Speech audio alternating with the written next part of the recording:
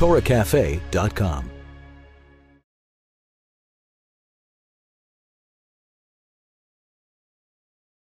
First we look at the shidduch. Is it a probable shidduch? Golden raisins, apples, oranges, lemons, banana, golden raisin. It sounds fantastic to me. And dark rum. Now let's see just how fantastic this is. Maybe there is no apple. Oh, then there is no apple. There is no apple. Half a cup of preserved ginger. I will make it completely tropical. This will go. You will measure. I already know more or less how much is going to go in. And look. Oh, I'm almost there. Beautiful, I'm there. Now, one orange. Okay, orange, skin and all. Lemon, skin and all. Navel is your near guarantee that there will be no seeds or hardly any. Here. One lemon, right? What else goes in? I can just throw everything in. You'll see. Look. Now don't forget yourself and make mush. You want the pieces. Look. Pulse. Pulse. Pulse. You'll be crazy to do anything any other way. Food processor. Done. Almost. What else goes in? What comes after this? The oil, the rum. Oil, rum. Sugar. Four. How much sugar? 1.5 cups. Go ahead. Measure for me one. What? Yeah, but you have me here. Yeah, you're right. I want to show you how simple. I do it like this, and that's the right way, because some people might, I don't know what. This is, I do this, like 1, 2, 3, and it's all gets done. For one, I want to show you how simple. When you acquire the experience, you will be amazed how much. 1 second. Now you shouldn't be too worried about this. If you put your hand here to block it, then you can go faster. Where's your half? Half is here. Here. Very nice. Now let's just mix this. How much? Now pulse. So here, how many? Rum? How much? Oh, it's fantastic. It's a fantastic cake. Dark. Take rum or bourbon. None of those flavored liqueur or anything. Three. How much flour? 3 cups. I use whole grain spelt for everything. 1. What am I missing after this? The banana, the raisin, baking soda and salt. Zehu, right? 2 teaspoons baking soda. You will do so well with this, for company, for everything. Because, huh? I would need to adjust it. You can, but certainly not for a cake. I would do, I would make muffins, but I would do something more. I would adjust it. This is good. Yeah, half a teaspoon salt. The advantage of spelt. Let's talk about the spelt advantage. Salt I have right here. Take this flour, put it away. Spelt has the advantage of not, mira, guardame esto.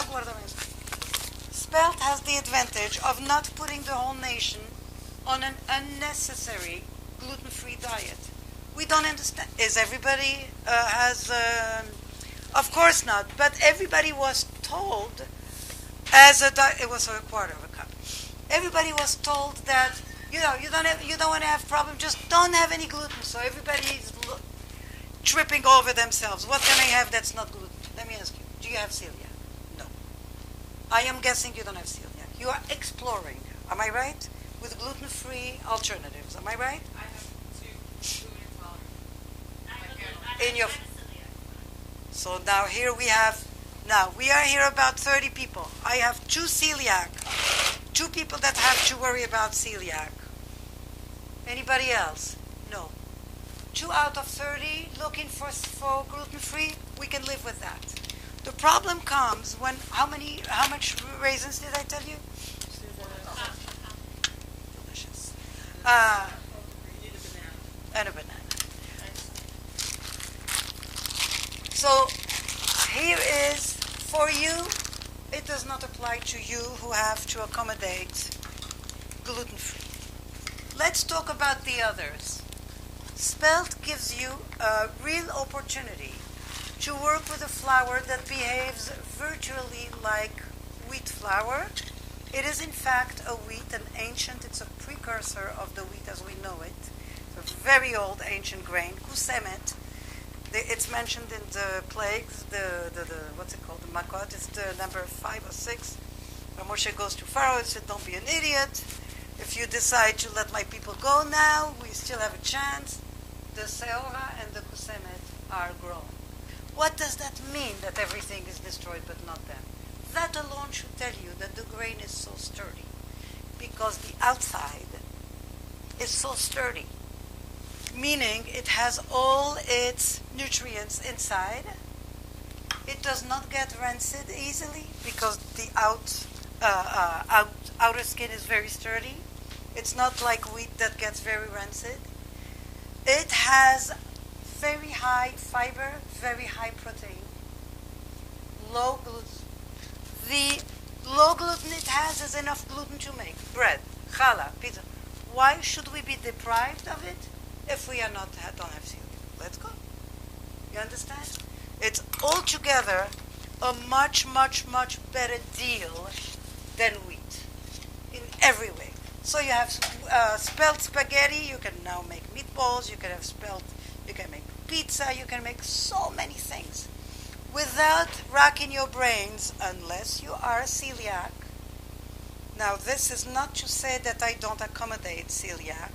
My new book has an index with more than 250 gluten recipes, meaning that gluten-free recipe, meaning that I understand this is no joke. The only thing that I don't want to see is why everybody should be.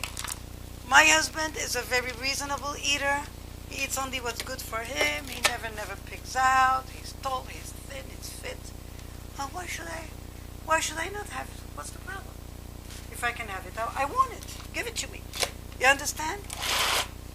So spelt gives you an opportunity to explore with low gluten something that is perfectly good for you with no downside as long as you don't have celiac. So my cake that's it? Done deal. How much trouble did it give me? It is so good. By the way, my spelt chocolate chip cookies won a major award last year in a non-kosher website called Health Castle. They asked me for my recipe and then they disappeared. I just didn't know how thorough they were going to be.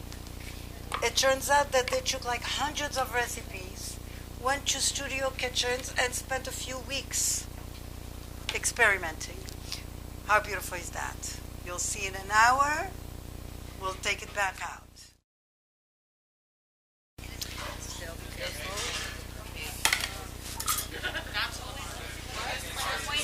Let's say a word about cake and cookies and everything that is baked and roasted.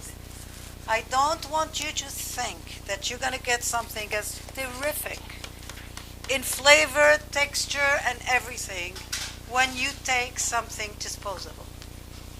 If it was as good, we would never need to buy a pan for $18 if 33 cents would do the trick. It does not do the trick. You understand? So look,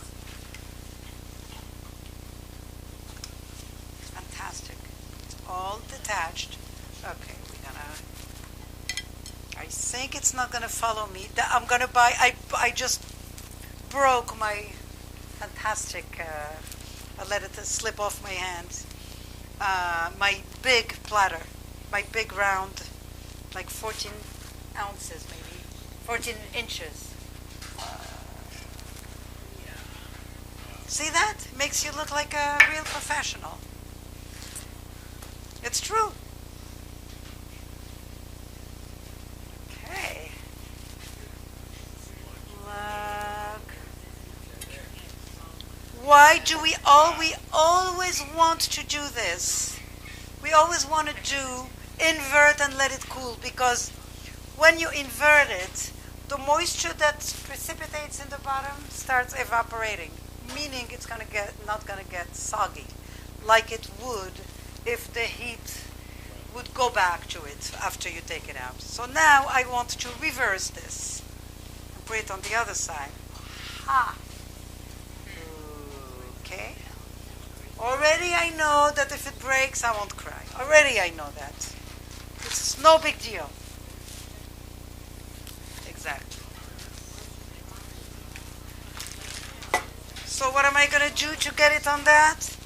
I'm going to talk to it nicely. I want to slide it. I wouldn't be worried at all if the diameter of this pan was the right. Okay, now I'm going to leave it alone. I inverted it. I did everything. It's beautiful.